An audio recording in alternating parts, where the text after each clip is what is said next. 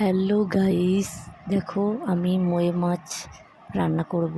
তো আমার হাজব্যান্ড মোয়ে মাছ নিয়ে চলে এসছে। এই দেখো মাছগুলো মাথাগুলো কেটে কেটে বাদ দিয়ে বেশ ভালো করে পরিষ্কার করে ধুয়ে নিয়েছি। তার মধ্যে হলুদ নুন মাখিয়ে, হ্যাঁ, এদিকে তেলটাও গরম হয়ে গিয়েছে। এটা আমি হালকাভাবে ভেজে নেব।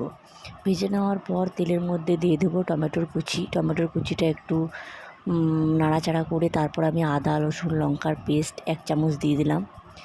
দেওয়ার পর এর মধ্যে আমি দিয়ে দেবো নুন, হলুদ, জিরে গুঁড়ো, লঙ্কা গুঁড়ো।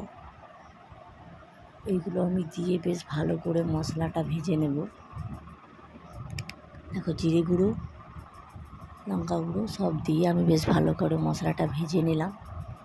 ভেজে নেওয়ার পর এর মধ্যে অল্প জল দিয়ে আমি মাছগুলো দিয়ে দেবো। দিয়ে দেওয়ার পর কিছুক্ষণ আমি এটা ফুটাবো। তো দেখো, মাছটা রেডি হয়ে গিয়েছে। তো এই মাছটা খেতে খুবই টেস্টি লাগে। ছোটো মাছ আশা করি সবারই ভালো লাগে।